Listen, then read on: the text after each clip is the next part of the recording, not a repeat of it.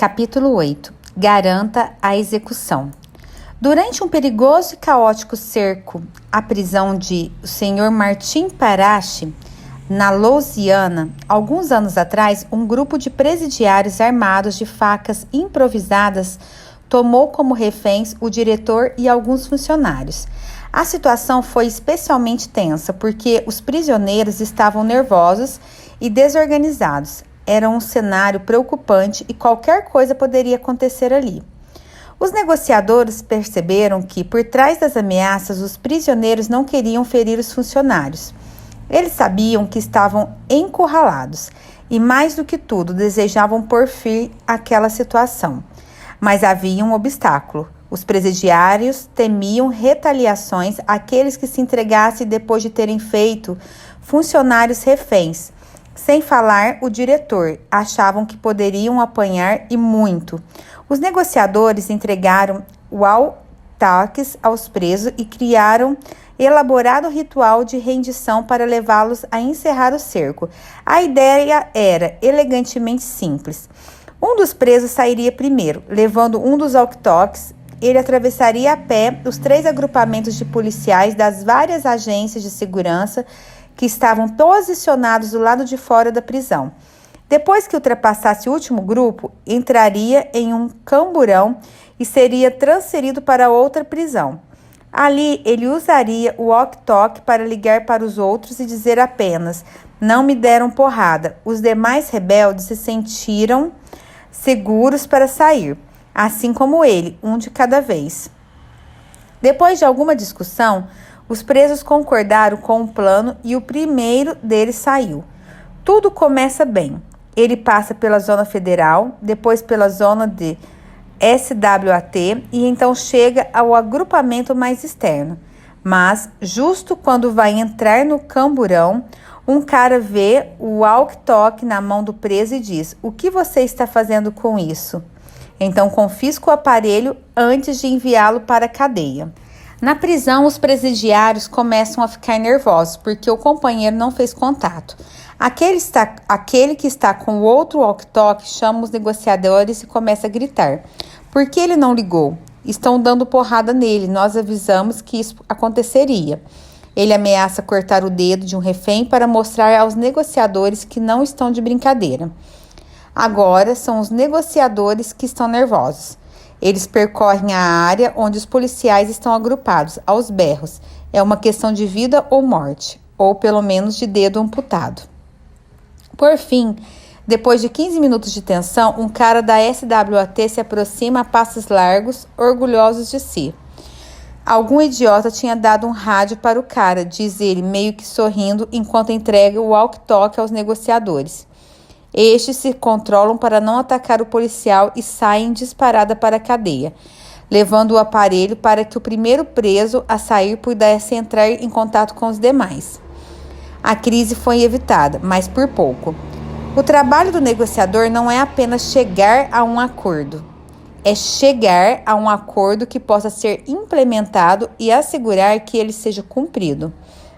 Negociadores têm que ser arquitetos de decisões. Eles precisam criar, de maneira dinâmica e adaptável, os elementos verbais e não verbais da negociação para obter o consentimento e a execução. Um sim não é nada sem um como.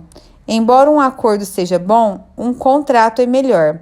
E um cheque assinado melhor ainda. Não se obtém lucro com um acordo. Isso vem depois da implementação. Sucesso não é o sequestrador afirmar: "Sim, estamos de acordo." O sucesso vem depois, quando o refém libertado olha para você e diz: "Obrigada." Neste capítulo, mostrarei como chegar ao consentimento tanto daqueles que estão na mesa da negociação, quanto das forças invisíveis que estão embaixo dela. Como distinguir uma concordância verdadeira de uma aquiescência falsa e como garantir a execução usando a regra de 3. Sim, não é nada sem como. Mais ou menos um ano depois da crise em Dos Palmas, eu estava lecionando na academia do FBI. em Quantico, quando a agência recebeu um telefonema urgente do Departamento de Estado. Um americano fora sequestrado na selva equatoriana por um grupo rebelde que tinha base na Colômbia. Como principal negociador internacional de reféns do FBI, aquele filho era meu, então reuni uma equipe e montei um centro de operações em Quantico. Há alguns anos, José e sua esposa Julie vinham guiando grupos de turistas pela selva próxima à fronteira colombiana. Nascido no Equador, José se tornara cidadão americano e estava trabalhando como paramédico em Nova York, quando ele e Julie decidiram montar um negócio de ecoturismo em seu país natal. José adorava a floresta equatoriana e sonhava havia muito tempo em ensinar aos visitantes sobre os macacos que se lançavam nas árvores e as flores que perfumavam as trilhas. A clara paixão do casal encantava os turistas e o negócio não parava de crescer. Em 20 de agosto de 2003, José e Julie levaram 11 pessoas para o rafting nas corredeiras do rio Mira. Depois de um ótimo dia na água, os turistas, sorridentes e ensopados, amontoaram-se em jipes e caminhonetes para ir até uma pousada em uma vila próxima. José contava casos enquanto dirigia a caminhonete à frente. Julie, à sua direita, com o bebê de 11 meses do casal no colo. Eles estavam a 5 minutos da pousada quando 3 homens surgiram de repente e apontaram armas para o veículo. Um quarto homem encostou um revólver da cabeça de Julie, enquanto os outros puxaram José para fora do carro e forçaram a entrar na carroceria da caminhonete. Os sequestradores ordenaram, então, que a caravana passasse por várias cidadezinhas até chegar a uma bifurcação na estrada, onde eles saltaram, levando José. Ao passarem junto à cabine onde Julie estava sentada, ela disse: "Lembre-se, não importa o que acontecer, eu amo você." "Não se preocupe, vou ficar bem", respondeu José. E então ele e seus captores desapareceram na selva. Os captores queriam $5 milhões, nós queríamos ganhar tempo. Desde o desastre em Dos Palmas, a epifânia da Pittsburgh, eu estava ansioso para empregar as lições que aprenderam sobre perguntas calibradas. Então, quando José foi sequestrado, enviei meus homens ao Equador e disse a eles que tínhamos uma nova estratégia. O sequestro nos daria uma oportunidade de validar essa abordagem. Tudo o que vamos dizer é: "Ei, como saberemos que José está bem? Como devemos pagar sem saber que José está bem?" Repetidamente instruí. Embora estivesse apreensivos em relação às técnicas não testadas, meus homens estavam prontos para agir. Os policiais locais, porém, se irritaram porque fazia prova de vida de maneira antiga, como o próprio FBI lhes ensinara no passado. Por sorte, Julie estava 100% conosco. Ela entendeu como as perguntas calibradas nos faziam ganhar tempo e estava convencida de que, com tempo suficiente, seu marido encontraria uma maneira de voltar para casa. No dia seguinte ao sequestro, os rebeldes levaram José a pé para as montanhas ao longo da fronteira colombiana e instalaram em uma cabana na selva. Ali, José construiu um diálogo com os sequestradores na tentativa de evitar que o matassem. Eles o impressionou com seu conhecimento sobre selva e como era faixa preta em karatê. Preencheu o tempo ensinando artes marciais aos captores. Meus negociadores treinaram Julie todos os dias enquanto esperavam o contato dos rebeldes. Mais tarde, soubemos que o negociador designado pelo outro lado tinha que caminhar até uma cidade vizinha para telefonar. Meus homens disseram a Julie para responder a cada uma das exigências dos sequestradores como uma pergunta. Minha estratégia era mantê-los engajados, mas desestabilizados. "Como posso saber que José está vivo?" perguntou ela na primeira vez que conversavam. Diante da exigência deles de $5 milhões, ela disse: "Nós não temos esse dinheiro. Como podemos levantar uma quantia assim?" Na conversa seguinte, Julie indagou: "Como podemos pagar qualquer coisa sem saber se José está bem?" Perguntas sempre perguntas. O sequestrador, que estava negociando com Julie, parecia perplexo com as perguntas persistentes e cada vez pedia tempo para pensar. Isso tornou o processo mais lento, mas ele nunca perdeu a calma com ela. Responder às perguntas lhe dava a ilusão de que estava no controle da negociação. Fazendo perguntas o tempo todo e contrapondo ofertas minúsculas, Julie baixou o resgate para $16.500, Quando chegaram a esse número, os sequestradores exigiram que elas lhe entregassem a quantia imediatamente. Como posso fazer isso se tenho que vender meus carros e caminhonetes? Perguntou ela, sempre ganhando mais tempo. Começamos a sorrir porque o sucesso estava ao nosso alcance. Estávamos bem perto de um resgate que a família poderia pagar. Então recebi um telefonema no meio da noite de um de meus homens enviados ao Equador, Kevin Rush. Kevin era um excelente negociador. E ele já tinha negociado com várias pessoas que haviam sido mortas. Meu estômago deu um nó quando ouvi sua voz. Acabamos de receber um telefonema de José, disse Kevin. Ele ainda está no território dos guerrilheiros, mas escapou, pegou um ônibus e está saindo de lá. Demorei meio minuto para responder. Quando fiz, tudo o que consegui dizer foi: caramba, que notícia fantástica. Mais tarde soubemos que, diante de tantos atrasos e perguntas, alguns guerrilheiros caíram fora.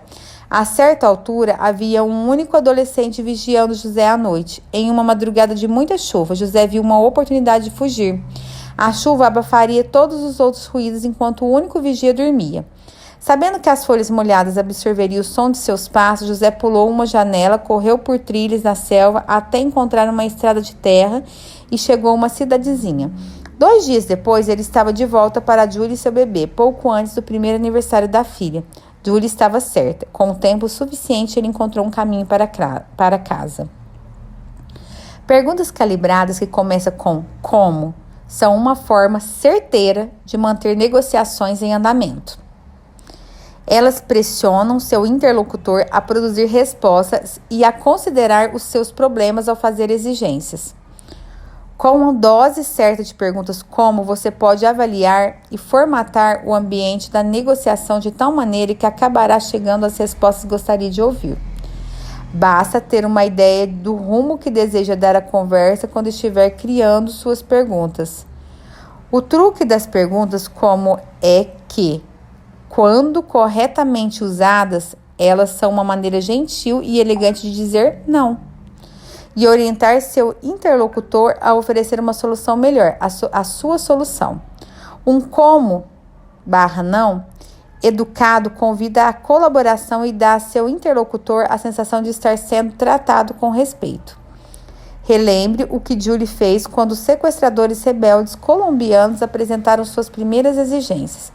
Como podemos levantar uma quantia assim? Perguntou ela. Note que ela não usou a palavra não. Ainda assim, conseguiu negar com elegância a exigência de $5 milhões dos sequestradores. Assim como Julie, a primeira pergunta não que você usará. E também a mais comum é uma versão de como devo fazer isso. Por exemplo, como podemos levantar uma quantia assim? Seu tom de voz é fundamental, já que essa frase pode soar como uma acusação ou como um pedido de assistência. Portanto, preste atenção à sua voz. Essa pergunta tende a fazer o outro lado dar uma boa olhada na sua situação, um efeito bastante positivo. Chamo essa dinâmica de empatia forçada, que é especialmente eficaz se ao recorrer a ela você já tiver criado laços de empatia com seu interlocutor. Isso dispara a dinâmica de reciprocidade que o levará a fazer algo por você. Após o sequestro de José, como devo fazer isso? Se tornou nossa primeira reação a uma exigência de resgate feita por um sequestrador. E nosso tiro nunca saiu pela culatra. Certa vez, eu estava trabalhando com uma consultora de contabilidade chamada Kelly, a quem um cliente corporativo devia muito dinheiro. Ela continuava a assessorá-lo, porque acreditava que era um contato útil. Além disso, a promessa de um pagamento futuro parecia justificar a boa-fé que ela acreditava ao cliente. Em determinado momento, porém, Kelly tinha tantas outras contas atrasadas que se viu em dificuldades. Não podia continuar trabalhando com apenas uma vaga ideia de quando seria paga. Por outro lado, temia que, se fizesse pressão demais, não receberia pagamento algum. Recomendei a ela que esperasse até o cliente pedir mais trabalho, porque se ela fizesse um pedido de pagamento firme naquele momento, ficaria vulnerável caso ele recusasse. Para a sorte de Kelly, o cliente logo lhe telefonou com mais uma incumbência. Quando ele terminou de falar, ela fez calmamente uma pergunta: como? Eu adoraria ajudar, mas como devo fazer isso? Ao indicar sua disposição para trabalhar, mas pedir ajuda para encontrar uma maneira de concretizar isso, ela deixou o cliente caloteiro sem nenhuma escolha a não ser priorizar as necessidades da Kelly. E ela recebeu o que devia. Além de ser um não elegante, o outro benefício-chave de perguntar como é literalmente forçar o interlocutor a considerar um acordo e explicar como será implantado. Um acordo não é nada sem uma boa implementação. A implementação ruim é um câncer que corrói seus lucros. Quando você leva seus interlocutores a articular a implementação com as próprias palavras, suas perguntas como, cuidadosamente calibradas, os convence de que a solução final é uma ideia deles. E isso é crucial. As pessoas sempre fazem mais esforço para implementar uma solução quando se consideram os pais da ideia. Faz parte da natureza humana. É por isso que a negociação com frequência é considerada a arte de convencer outra pessoa a fazer o que você quiser. Existem duas perguntas-chave que têm o poder de levar seus interlocutores a pensar que eles é que estão definindo o sucesso. Como saberemos se estamos no caminho certo e como vamos lidar com a situação se acharmos que não estamos no caminho certo? Quando eles responderem, cabe a você resumir as respostas deles até obter um está certo. Então você saberá que eles aceitaram. No outro extremo, tenha cuidado com dois sinais relevantes de que seu interlocutor não acredita que a ideia é dele. Conforme observamos, você está certo. Costuma ser um bom indicador de que ele não tomou para si o que está sendo discutido. E quando você força a barra e ele diz, vou tentar. Algo deu errado, porque isso significa, não pretendo cumprir. Ao ouvir uma dessas duas frases, rebata com perguntas como calibradas até ele definir os termos de uma implementação bem-sucedida, com a própria voz. Em seguida, resuma o que ele disse para obter um está certo. Faça o outro lado se sentir vitorioso. Deixe-o pensar que a ideia é dele. Cale o seu ego. Lembre-se, sim, não é nada sem como. Portanto, continue perguntando como e tenha êxito. Influenciando aqueles que estão por trás da mesa. Algumas semanas depois de José voltar para os Estados Unidos, foi à casa da família no norte dos estados de Nova York. Fiquei empolgado quando José escapou, mas o caso me deixou com uma preocupação incômoda. Será que minha nova estratégia havia falhado? Veja bem, José chegara em casa a salvo, mas não porque tínhamos negociado sua libertação. Eu temia que essa vitória tivesse mais a ver com pura sorte do que com a nossa brilhante estratégia. Depois de ser recebido calorosamente por Julie e seus pais, eu me sentei com José para um café. Estava ali para fazer o que a CNU chamava de relato de sobrevivência do refém. Procurava insights sobre como aconselhar pessoas que enfrentam sequestros a sobreviver melhor, física e psicologicamente. Eu também estava louco para descobrir o que tinha acontecido nos bastidores. Afinal, parecia que minha estratégia não havia funcionado. Quando chegou a hora de avaliar o uso de perguntas calibradas, José disse, quer saber? A coisa mais louca foi que o representante deles deveria ficar na cidade e negociar o acordo. Mas como Julie continuou fazendo perguntas que ele não sabia direito como responder, ficava indo e voltando. Todos eles se reuniam e tinham uma enorme discussão sobre o que dizer. Até pensar em me levar à cidade para falar com ela, porque Julie insistiu muito no ponto de como ela saberia se eu estava bem. Foi aí que eu soube que tínhamos a ferramenta certa. Era exatamente o oposto do caso do Burhan, em que nosso negociador fechou o acordo com um dos caras e os outros pegaram os $300 mil e disseram, não vamos fazer isso. Levar o outro lado a trabalhar duro e forçar aquela grande coordenação interna a serviço de nosso objetivo era algo sem precedentes. Nossa estratégia de negociação no Equador funcionou por dois motivos. Primeiro, porque as perguntas contribuíram para criar um ambiente que permitiu a José escapar. Segundo, porque asseguraram que os sequestradores, nossos interlocutores, entrassem em um acordo. Poucos daqueles que tomam pessoas como reféns e também daqueles que fecham acordos de negócio agem sozinhos. Quase sempre há outros jogadores, pessoas com potencial para fechar ou destruir um acordo. Se você realmente quer chegar a um sim e implementar seu acordo, precisa descobrir como influenciar esses indivíduos. Quando a implementação é feita por um grupo, o apoio desse grupo é fundamental. É preciso sempre identificar e desenterrar as motivações deles, mesmo que ainda não se tenha identificado cada indivíduo do grupo. Uma maneira simples de fazer isso é por meio de algumas perguntas calibradas. Como isso afeta o restante da sua equipe? Como anda a aprovação das pessoas que não estão nessa conversa? Para os seus colegas, quais são os principais desafios? Há um conceito mais amplo aqui. Em qualquer negociação é preciso analisar o contexto completo. Quando outras pessoas serão afetadas pelo que é negociado e poderão impor seus direitos ou seu poder mais tarde. É estúpido considerar apenas os interesses daqueles que estão à mesa.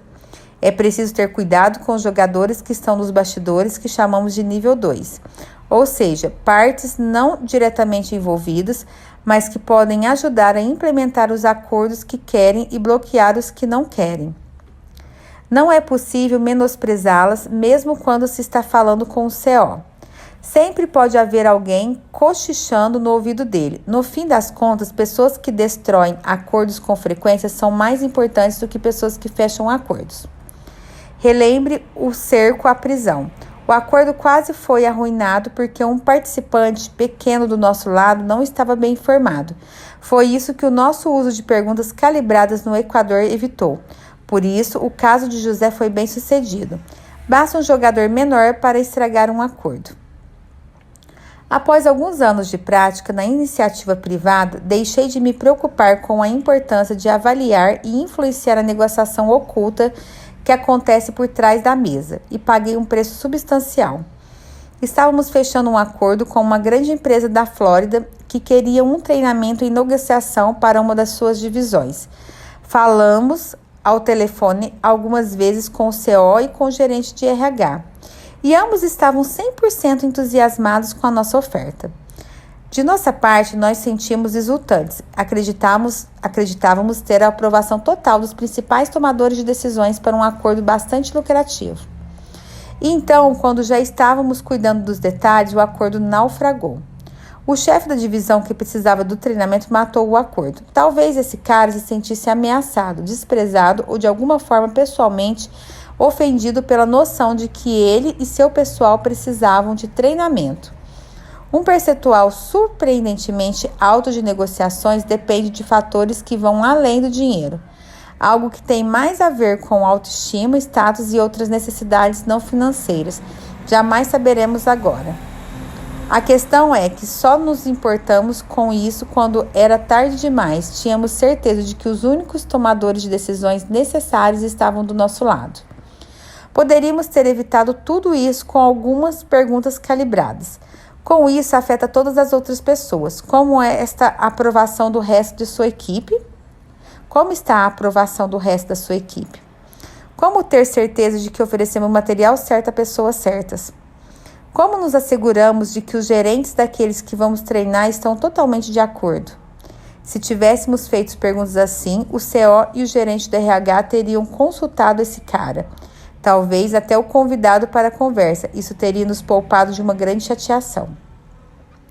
Identificar mentirosos, lidar com babacas e encantar todos os outros. Como negociador, você vai se deparar com pessoas que mentem na sua cara e tentam assustá-lo para forçar um acordo. Babacas, agressivos e mentirosos em série são inevitáveis e lidar com eles é algo necessário. No entanto, aprender a lidar com a agressão e identificar a falsidade fazem parte de uma questão maior, identificar e interpretar as sutilezas da comunicação, tanto verbal quanto não verbal. Essas sutilezas revelam os estados mentais de seus interlocutores. Negociadores verdadeiramente eficientes estão atentos às comunicações verbais paraverbais, como é dito, e não verbais que permeiam negociações e dinâmicas de grupo. E eles sabem como empregar essas sutilezas em benefício próprio. O simples ato de mudar uma palavra ao apresentar opções como usar, não perder, em vez de manter, podem de modo inconsciente influenciar escolhas conscientes do seu interlocutor. Quero falar sobre as ferramentas necessárias para identificar mentirosos, desarmar babacas e encantar todos os outros. É claro que a pergunta como aberta é uma delas, talvez a mais importante, mas há muitas outras. Alastair Oglishua morava nas Filipinas quando, certa noite, em 2004, pegou um táxi e se acomodou para a longa viagem do shopping center Green Hills, em Manilha, até sua casa. Ele cochilou e acordou acorrentado. Infelizmente para Alastair, o motorista tinha um segundo trabalho, era sequestrador. Ele guardava uma garrafa de éter no carro. Quando um alvo adormecia, ele o drogava, aprisionava e o pedia resgate. Horas depois, o sequestrador usou o telefone de Alastair para entrar em contato com a namorada dele em Nova York. Ele exigiu um pagamento diário para cuidar do refém enquanto pesquisava sobre a riqueza da família. Tudo bem se você não pagar, disse ele. Posso vender os órgãos dele na Arábia Saudita. 24 horas depois, eu havia sido encarregado de chefiar a negociação de Quântico. A namorada de Alastair ficou nervosa demais para representar a família na negociação e a mãe dele, que morava nas Filipinas, estava disposta a aceitar qualquer exigência que o sequestrador fizesse. Mas o irmão de Alastair em Manilha, Aaron, era diferente. Ele comprou a ideia da negociação e aceitou que Alastair corria risco de morte, o que fazia dele um negociador melhor e mais eficiente. Aaron e eu nos mantivemos conectados o tempo inteiro por uma linha telefônica. Tornei-me seu guru do outro lado do mundo. Pelos comentários e exigências do sequestrador, percebi que ele era calejado e paciente. Como prova de suas intenções, ele se ofereceu para cortar uma das orelhas de Alastair e enviá-la à família juntamente com o vídeo da mutilação. A exigência de um pagamento diário era claramente um truque para extrair tanto dinheiro quanto possível da família e logo, enquanto o sequestrador avaliava quão riscos eles eram. Tínhamos que descobrir quem era esse cara. Ele agia sozinho ou fazia parte de um grupo? Estava planejando matar Alastair ou não? E tínhamos que fazer tudo antes que a família falisse. Para isso, seria preciso envolver o sequestrador em uma negociação lenta e prolongada. De Quântico, encarreguei a Aaron de fazer perguntas calibradas. Eu o instruí a bombardear o babaca violento com perguntas como? Como devo? Como saberemos? Como podemos? Tratar babacas com deferência é uma atitude poderosa, que dá ao negociador a capacidade de ser extremamente assertivo, disse, não de maneira disfarçada. Como saberemos que, se pagarmos, você não vai machucar Alastair? Perguntou Aaron. Na arte marcial chinesa do Tai Chi, o objetivo é usar a agressividade do seu oponente contra ele. Fazer da ofensa dele a sua estratégia para derrotá-lo, essa foi a abordagem que usamos com o sequestrador de Alastair. Queríamos absorver suas ameaças e esgotá-los. Demos um jeito para que mesmo marcar um telefonema conosco fosse algo complexo. Demorávamos a responder e-mails. Por meio dessas táticas, obtivemos a vantagem enquanto dávamos ao sequestrador a ilusão de controle. Ele pensou que estava resolvendo o problema de Aaron, enquanto nós os estudávamos e desperdiçávamos seu tempo. É melhor não bater de frente com pessoas agressivas, como o sequestrador de Alastair. O melhor é usar perguntas padrão com o que e como, para evitar fazer proposta ou para ajustar sua posição na negociação. Esquive-se e vai costurando.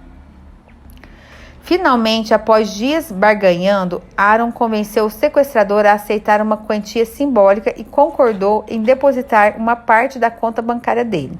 Depois que esse pagamento parcial foi feito, Aaron descobriu uma maneira perfeita de confrontar sem confronto o motorista de táxi com uma pergunta calibrada. Quando?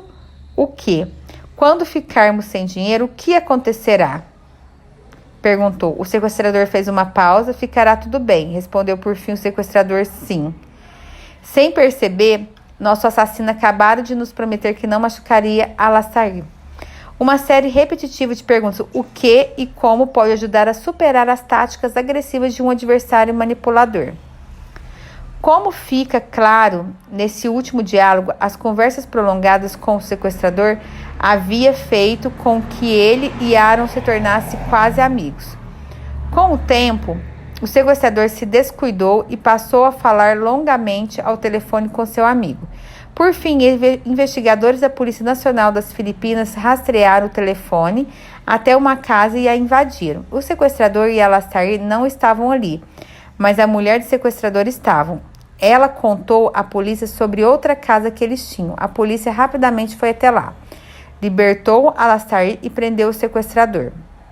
Existem muitas outras táticas, ferramentas e métodos de usar formas de comunicação verbal e não verbal, sutis para entender e modificar os estados mentais de seu interlocutor. À medida que eu passar por alguma delas aqui, quero que você pare um instante para absorver cada uma.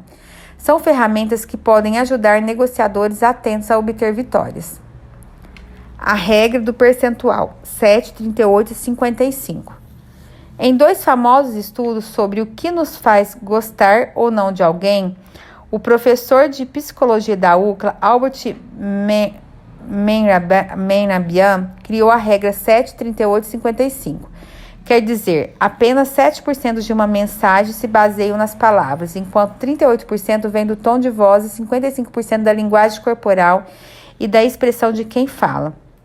Embora esses números se relacionem principalmente à situação em que estamos formando uma maneira de perceber alguém, a regra oferece uma proporção útil para negociadores. Observe que a linguagem corporal e o tom de voz, e não as palavras, são as ferramentas de avaliação mais potentes. É por isso que muitas vezes percorro grandes distâncias de avião para encontrar alguém cara a cara, mesmo quando posso dizer pelo telefone grande parte do que é preciso. Como você aplica essa regra? Primeiro, preste bastante atenção ao tom e à linguagem corporal do seu interlocutor para se certificar de que eles combinam com o significado literal das palavras. Caso não se alinhe, é bem possível que a pessoa esteja mentindo ou, pelo menos, que não esteja convencida do que diz.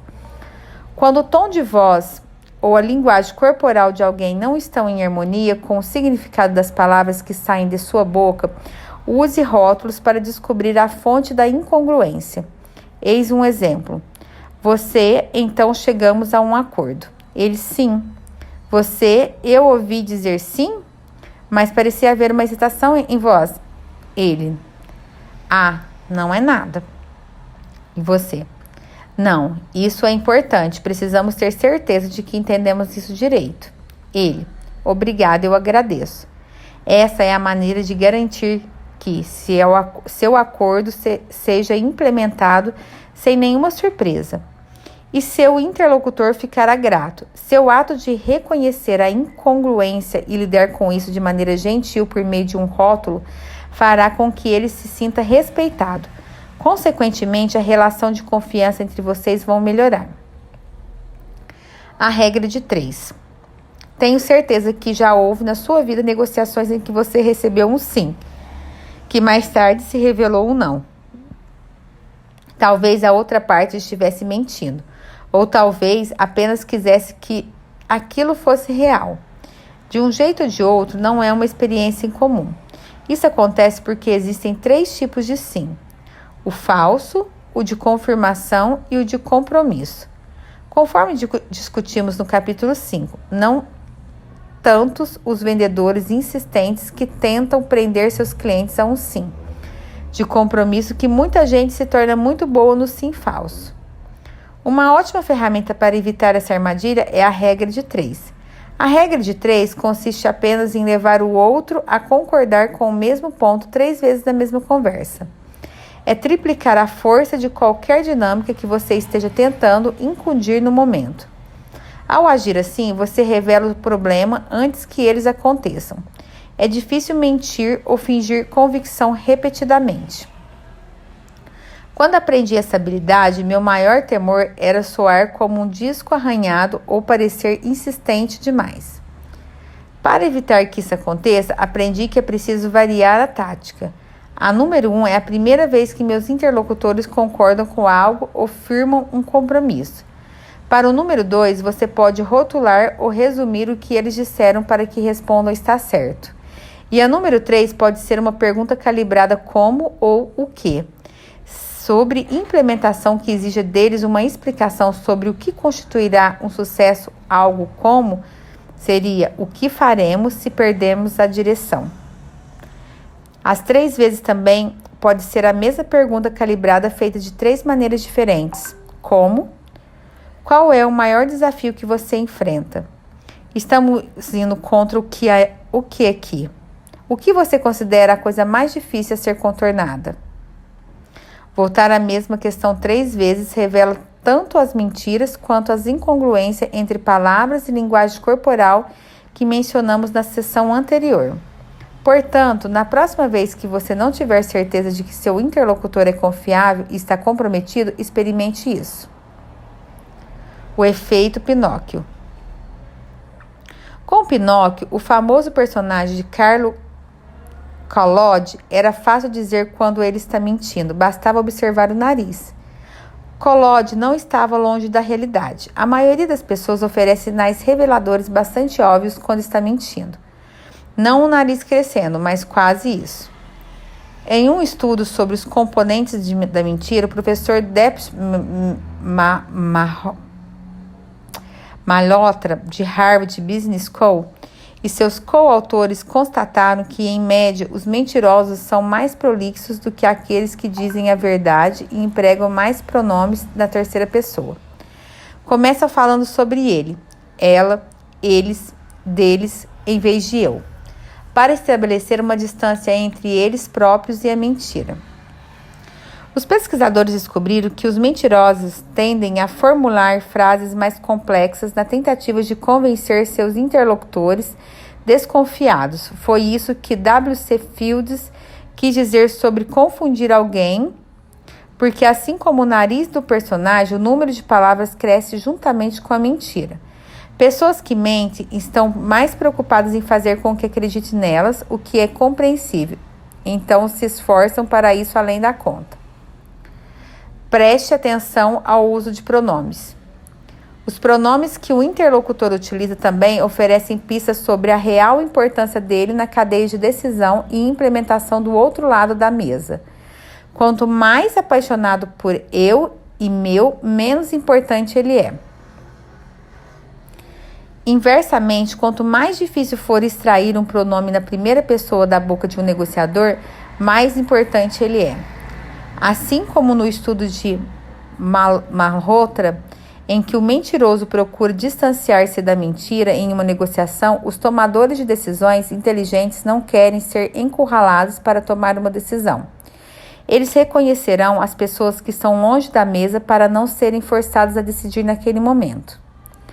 Nosso motorista de táxi que sequestrou Alastair Onglis na Filipinas usou nós e eles com tamanho rigor no início do sequestro que eu me convenci de estar negociando com o líder. Mas só no momento do resgate eu soube que Mahanta Bank, citado no capítulo 2, o assaltante Chris Watts falou consistentemente sobre como os outros eram perigosos e como ele tinha pouca influência sobre os demais. Tudo mentira. O desconto Chris. Fala-se muito sobre lembrar a usar sem exagero o nome de interlocutor em uma negociação, e isso é importante. A realidade, porém, é que as pessoas com frequência se cansam quando alguém fica martelando seus nomes o tempo inteiro. O vendedor astuto que está atento a levar você a um sim repetirá seu nome muitas vezes. Recomendo que tome um caminho diferente e use o seu nome. É como consigo o desconto Chris. Assim como mencionar o nome de Alastair para o sequestrador e levá-lo a repetir em resposta, humanizou o refém e diminuiu a probabilidade de que ele fosse ferido. Usar o próprio nome cria a dinâmica da empatia forçada. Faz o outro lado ver você como uma pessoa.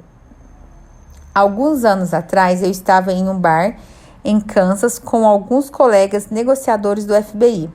O bar estava lotado, mas vi uma cadeira vazia, caminhei até ela. Mas quando estava prestes a sentar, o cara ao lado disse: "Nem pense nisso." "Por quê?" perguntei. "Porque eu vou lhe dar uma porrada", respondeu ele. Ele era grande e forte e já estava bêbado, mas lembre-se de que sou um negociador de reféns experiente. E parece que atrai situações tensas que exigem mediação como a luz atrai uma mariposa. Estendi minha mão para apertar a dele e disse: meu nome é Chris. O cara congelou. Aproveitando a pausa, meus colegas do FBI se aproximaram, deram tapias no ombro dele e se ofereceram para lhe pagar uma bebida. Descobriu-se que era um veterano do Vietnã que passava por um momento particularmente complicado. Para piorar, ele estava em um bar lotado onde o mundo inteiro parecia estar comemorando. A única coisa em que ele podia pensar era lutar. Mas assim que eu me tornei Chris, tudo mudou. Agora apliquei essa mentalidade a uma negociação financeira. Eu estava em um shopping alguns meses depois da experiência em Kansas e escolhi algumas camisas em uma das lojas. No balcão, a jovem me perguntou se eu queria participar do programa de fidelidade deles. Perguntei se isso me daria um desconto e ela disse: não. Então decidi tentar por outro ângulo. Falei de maneira amigável. Meu nome é Chris. Qual é o desconto, Chris? Ela afastou os olhos da caixa, fixou-os em mim e deu um leve sorriso. Terei que perguntar à minha gerente, Cat, disse ela, virando-se para a mulher que estava em pé ao seu lado. Cat, que ouvira todo o diálogo, disse: o melhor que posso fazer é dar 10% de desconto. Humanize-se. Use seu nome para se apresentar. Diga-o de maneira divertida e amigável. Deixe o interlocutor apreciar essa intenção tanto quanto você e consiga seu preço especial. Como levar seu interlocutor a fazer uma oferta que o prejudica? Agora que você viu Aaron e Julie interagindo com os sequestradores, sabe que a melhor maneira de levar seu interlocutor a baixar as exigências é dizer não por meio de perguntas. Como? Essas negativas indiretas não farão seu interlocutor se fechar como faria diante de um não direto, capaz de ferir seu orgulho. Na verdade, tem tanta cara de contraproposta que seus interlocutores com frequência cairão na armadilha de fazer ofertas contra si mesmos. Constatamos que, em geral, é possível dizer não 4 vezes antes de pronunciar realmente a palavra. O primeiro passo na série de nãos é o velho recurso reserva. Como devo fazer isso? Lembre-se de fazer a pergunta de maneira respeitosa, para que se torne um pedido de ajuda. Quando dita de forma apropriada, ela convida o outro lado a participar do seu dilema e resolvê-lo com uma oferta melhor. Depois disso, coloque na mesa alguma versão de sua oferta. É muito generosa. Sinto muito, isso não funciona para mim, mas uma maneira elegante de dizer não. Essa resposta de sucesso comprovada evita uma contra-oferta e o uso da palavra generosa estimula o interlocutor a fazer jus ao adjetivo. O sinto muito também suaviza o não e cria empatia. Fique à vontade para ignorar os assim chamados especialistas em negociação, que dizem que desculpas são sempre sinais de fraqueza. Em seguida, você pode usar algo como: sinto muito, mas temo não poder fazer isso. É um pouco mais direto, e o não poder fazer isso cumpre função dupla. Ao expressar a incapacidade de realizar, essa afirmação pode desencadear a empatia do outro lado em relação a você. Sinto muito. Não é uma versão ligeiramente mais sucinta para o quarto não. Quando dita de maneira gentil, mas chega a soar negativa. Se você precisa ir mais longe, é claro que o não é o último recurso e também o mais direto. Verbalmente, deve ser pronunciado com uma inflexão para baixo e um tom de respeito. Não deve ser o não. Um de meus alunos, um cara chamado Jesus Bueno, escreveu-me não muito tempo atrás para me contar a história fantástica de como usou os vários passos do não para ajudar seu irmão Joaquim a sair de uma negociação difícil. Joaquim e 2 amigos haviam comprado uma franquia de loja de cultivo da maconha no norte da Espanha, onde o plantio da erva para uso pessoal é legalizado. Ele e seu parceiro Bruno investiram cada um 20 mil euros no negócio, para uma participação de 46%. O terceiro parceiro, minoritário, entrou com 3.500 euros, 8% do valor total investido. Desde o começo, Joaquim e Bueno tiveram uma relação difícil. Joaquim é um excelente vendedor, enquanto Bruno cuidava da contabilidade. O parceiro minoritário também se destacava como vendedor. E ele e Joaquim acreditavam que aumentar as vendas era a estratégia correta. Isso significava oferecer descontos para pedidos grandes e clientes frequentes, mas Bruno discordava, também se incomodava com os gastos planejados para lançar um site e expandir o estoque. Em paralelo, a mulher de Bruno se tornou um problema quando começou a importunar Joaquim, dizendo que ele deveria gastar menos em expansão para obter mais lucro. Um dia, Joaquim estava revisando o estoque e notou que alguns itens que ele havia pedido não estavam mais nas prateleiras da loja. Começou a procurá-los online e, para sua surpresa, encontrou uma loja no bairro cujo nome coincidia com o primeiro nome da esposa de Bruno. A tal loja vendia exatamente os produtos que faltavam. Isso desencadeou uma enorme discussão entre Bruno e Joaquim e azedou a relação deles. No calor do momento, Bruno disse a Joaquim que estava disposto a vender sua participação porque achava que estavam correndo riscos grandes demais.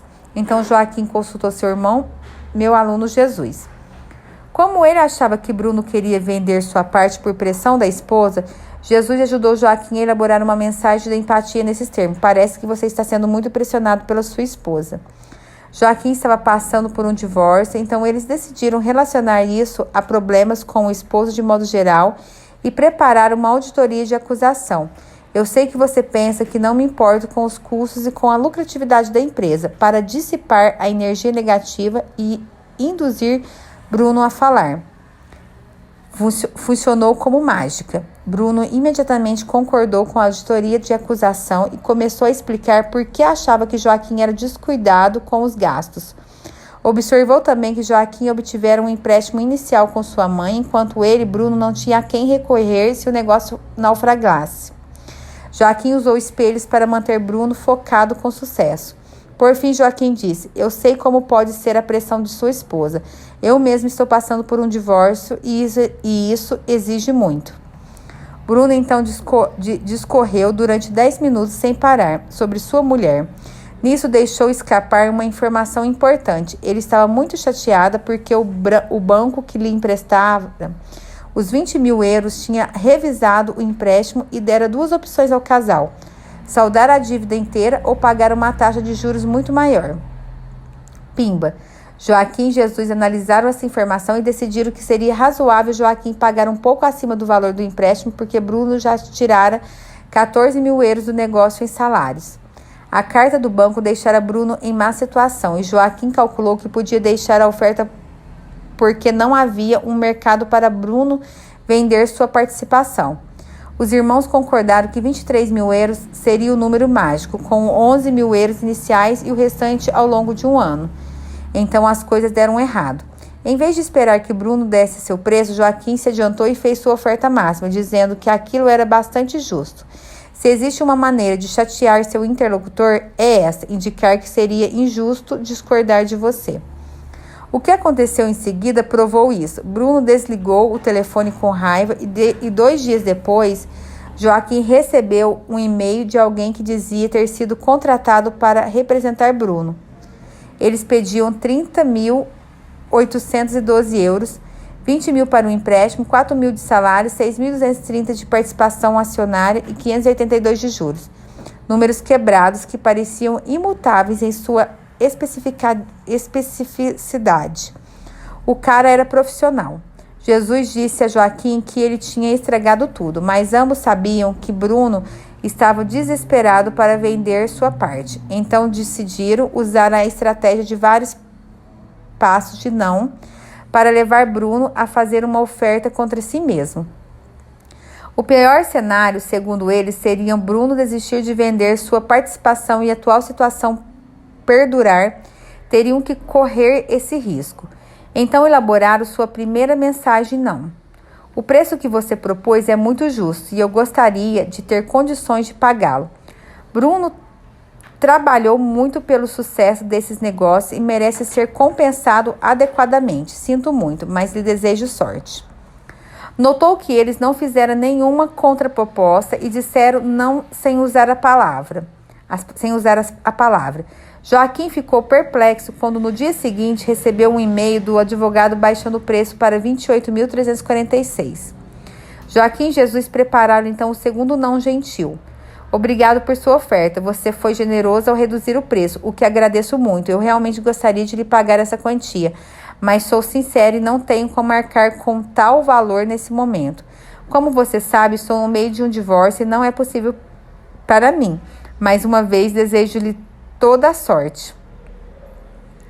No dia seguinte, novo e-mail do advogado baixando o preço para 25 mil euros. Joaquim queria aceitar, mas Jesus lhe disse que ainda havia alguns nãos que poderia dar. Joaquim protestou, mas no fim acabou cedendo. Há uma lição fundamental aqui. A arte de fechar um acordo exige foco até o fim. Na etapa decisiva haverá pontos cruciais que demandarão grande disciplina mental. Não se deixe distrair pelo horário do último voo ou pela ideia de chegar em casa cedo e fazer uma caminhada. Não deixe sua mente vagar, permaneça focado. Eles escreveram: obrigado, mais uma vez pela oferta generosa. Você baixou o preço de verdade e eu me esforcei muito para chegar a esse valor. Infelizmente, ninguém está se dispondo a me emprestar dinheiro, nem mesmo minha mãe. Tentei diversos caminhos, mas não consigo tentar essa quantia. Posso lhe oferecer 23.560 euros, dos quais só posso adiantar 15 mil euros. Eu poderia pagar o restante ao longo de um ano, mas cheguei ao meu máximo. Desejo-lhe o melhor em sua decisão. Um brilhante de números específicos e uma excelente maneira de construir empatia dizendo não, sem usar a palavra. E funcionou. Uma hora depois, o advogado respondeu que aceitava a oferta. Façamos uma análise mais profunda. A mistura de espelhamento e perguntas abertas arrancou informações sobre os problemas financeiros de Bruno. Depois, o método do não explorou seu desespero. Se houvesse outro comprador, talvez não tivesse dado certo.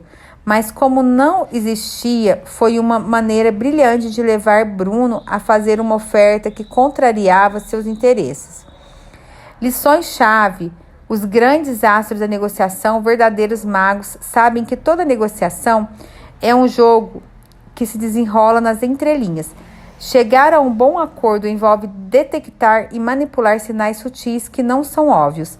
Só visualizando e modificando essas questões subjacentes é que se consegue articular um ótimo acordo e assegurar sua implementação.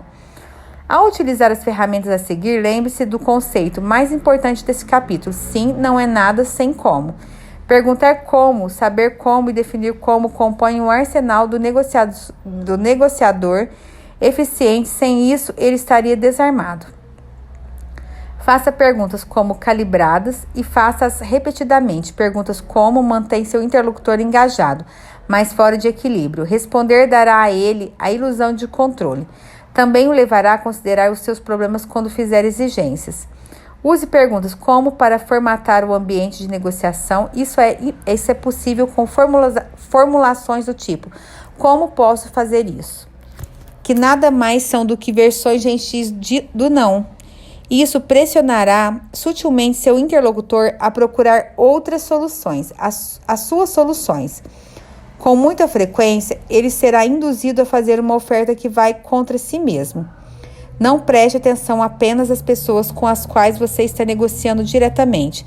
Sempre identifique as motivações dos jogadores por trás da mesa.